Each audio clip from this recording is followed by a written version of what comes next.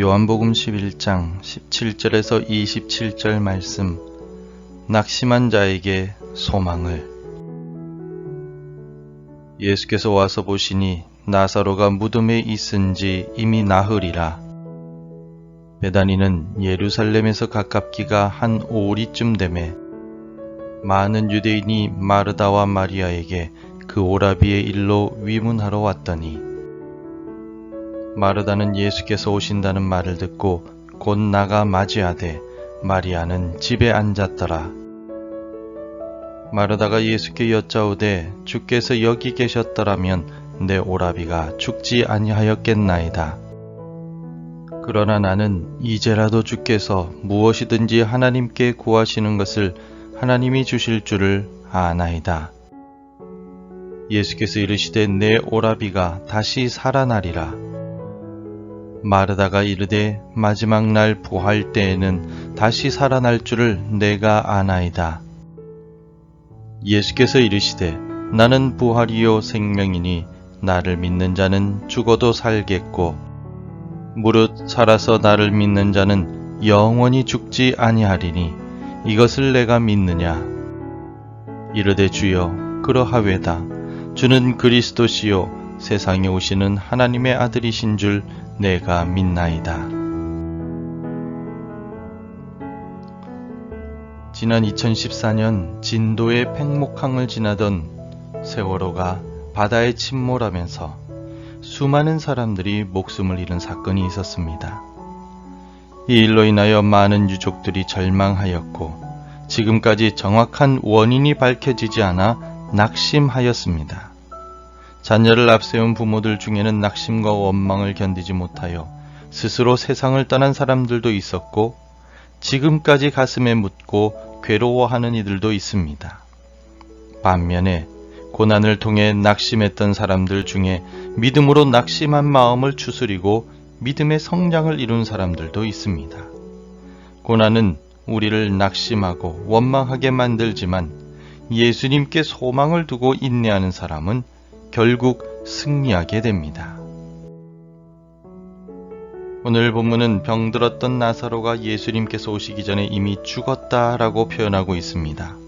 마르다는 나사로가 죽기 전에 예수님께 사람을 급히 보냈었지만 예수님께서 이틀이나 더 계심으로 인하여 결국 오빠가 죽었다고 생각하고 있습니다.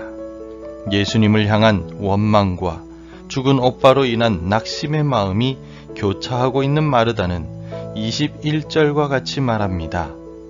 마르다가 예수께 여짜오되 주께서 여기 계셨더라면 내 오라비가 죽지 아니하였겠나이다. 예수님이 빨리 오시지 않으셔서 결국 오빠 나사로가 죽었다는 원망의 말입니다. 또한 22절에서는 하나님께서 무엇이든지 주실 것이라고 말하고 있지만 24절에 나타난 마르다의 말을 보면 나사로가 다시 살아날 것이라는 사실에 대해서는 전혀 기대하지 않고 낙심한 마음을 가지고 있음을 알 수 있습니다. 원망과 낙심이 가득한 마르다에게 예수님은 소망을 주셨습니다. 예수님께서는 무엇이라고 말씀하시면서 원망과 낙심으로 가득한 마르다에게 소망을 주셨습니까? 25절, 26절을 같이 읽어보겠습니다.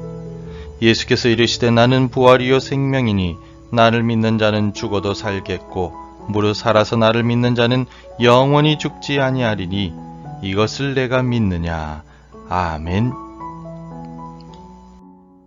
예수님은 나사로의 부활에 대해 말씀하실 뿐만 아니라 예수님을 믿는 모든 이들에게 영원한 생명을 주실 것이라 선언하고 계십니다. 모든 성도들은 죽음을 맞이했다 하더라도 마지막 날에 부활할 것이며 영생을 얻어 하나님 나라에 들어가게 될 것입니다. 죽은 자는 부활할 것이요 살아서 믿는 자는 영생을 누리게 될 것입니다. 예수님은 절망한 마르다에게 참 소망을 주셨습니다. 성경에는 자녀가 죽음으로 인하여 고통 속에 놓인 사람들의 이야기가 나옵니다.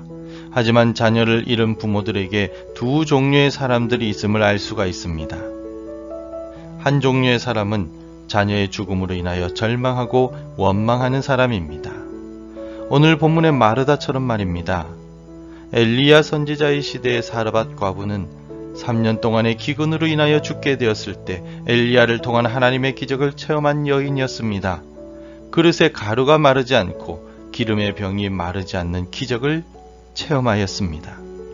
하지만 하나뿐인 아들이 죽자 엘리야를 원망하고 낙심하고 맙니다.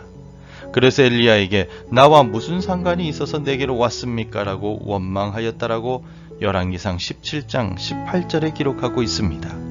결국 엘리야가 그녀의 아들을 살려 주었지만 사르밧 과부는 바로 직전에 체험한 가루와 기름의 기적을 잊어버리고 원망하는 사람으로 성경에 기록되고 말았습니다.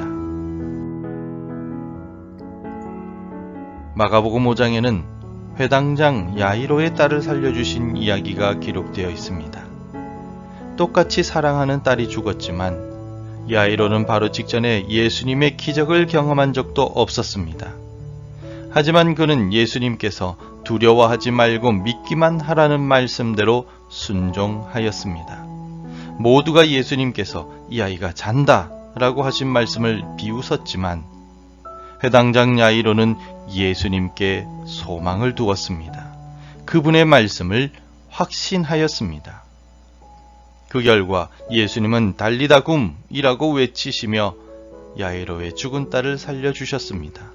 예수님께 소망을 둔 야이로는 원망하거나 낙심하지 않았습니다. 더 큰 믿음으로 예수님을 믿었습니다.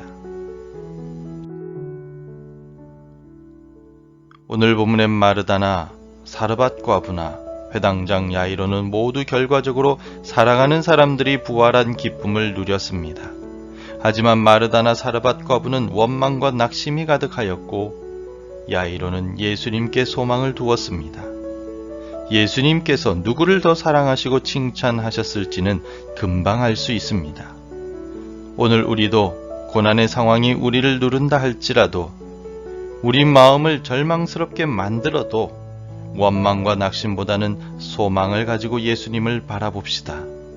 소망의 주님께서는 반드시 우리의 문제를 해결해 주실 뿐만 아니라 마음의 평강과 참 기쁨을 허락해 주시며 우리를 칭찬해 주실 것입니다.